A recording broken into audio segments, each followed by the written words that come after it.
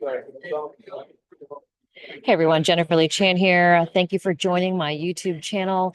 Just some quick news. I'm still here in Indianapolis at the NFL Scouting Combine, and it was quarterbacks and wide receivers at the podium today. But the biggest news isn't about anyone that was on the podiums. It is the fact that Matthew Stafford is going to stay with the Los Angeles Rams, and now Aaron Rodgers could be on deck to move to a different team in New York. He may stay in New York, but he may be playing for the Giants. Apparently, that is the team that has the most likelihood of landing Aaron Rodgers at this moment. But let's talk about Matthew Stafford first. I mean, I think it keeps the division, the NFC West, very competitive. I think it makes the Rams even, it keeps them remaining a contender. He's got that great connection with Puka Nacua. Although, I just spoke to Greg Papa and he said, dang, I was hoping he was going to be gone. I was hoping that it was going to be not as great of a quarterback with the Los Angeles Rams. But, Greg Papa, he's over here at this table over here doing KNBR. And he was like, oh, I wanted it to be someone else. I was like, did you want Aaron Rodgers? He's like, yes, I did. He's like, do you see his legs? One is really, really tiny. We saw him on the field, and the other one is normal size. Apparently, he noticed the extreme muscle atrophy in his Achilles injury leg. So Greg Papa was hoping that it was going to be Aaron Rodgers in Los Angeles, but that is not the case. It is Matthew Stafford. So the 49ers again will face Matthew Stafford 2 times in 2025.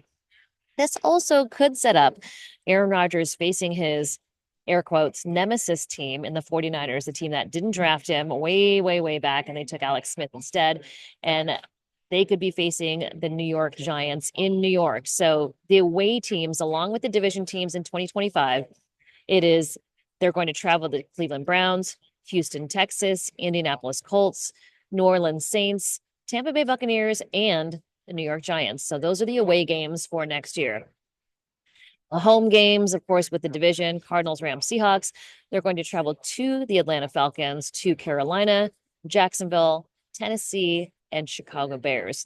So, this whole Aaron Rodgers versus the 49ers has been going on for as long as Aaron Rodgers has been in the league. It'll continue to be interesting, but, it was moving on to quarterbacks and wide receivers that were at the NFL Combine. The Shedeur Sanders show, it was, I don't know, maybe 100 reporters and cameramen, and this, it's not just NFL reporters, it's college reporters kind of following up, watching the people that they've covered for the last 3 or 4 years go off into the NFL. So you've got that whole contingency here.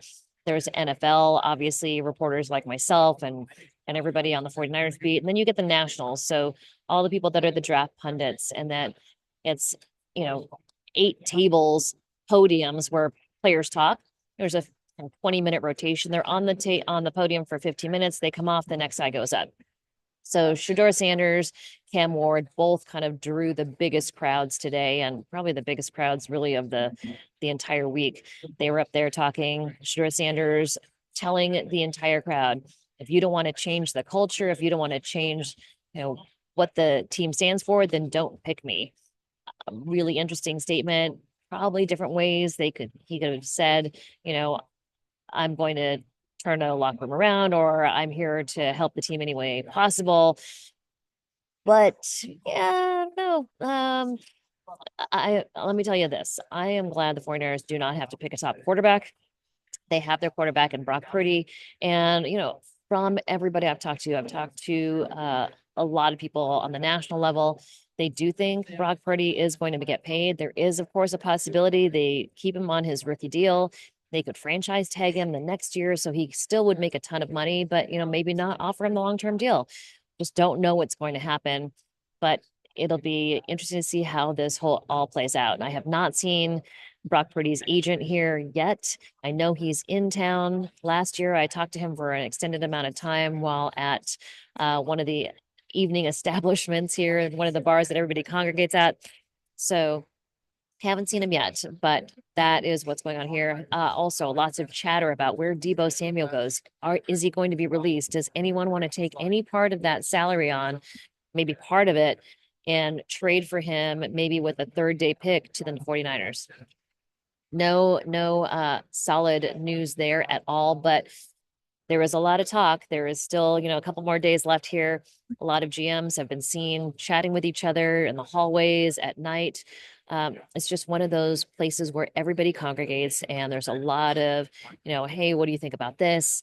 So that's what happened. I did record a lot of interviews with a lot of wide receivers. I think the 49ers do need to take a wide receiver. There's a couple that I have my eye on, and I'll post some video of that and kind of break down my favorites that I talked about. And there are some that did admit that they had meetings with the 49ers. So I got to start compiling my list, but I'll get that to you in a little bit. But that's the big news coming here from Indianapolis and from, national news, that Matthew Stafford is going to remain with the Los Angeles Rams, and Aaron Rodgers could end up back in New York. All right, everybody, please subscribe. Please leave a comment. Please like. Thanks for listening in from Indianapolis, and I'll have more videos for you coming up. Let me know if you'd like me to post all the videos I took of all of the prospects that are here from, let's see, I've gotten defensive tackles. It's been linebackers, tight ends, wide receivers, and quarterbacks. Offensive line are tomorrow. And I did talk to some of my draft friends about who the 49ers could get at value picks. All right, stay tuned, and I'll talk to you guys soon.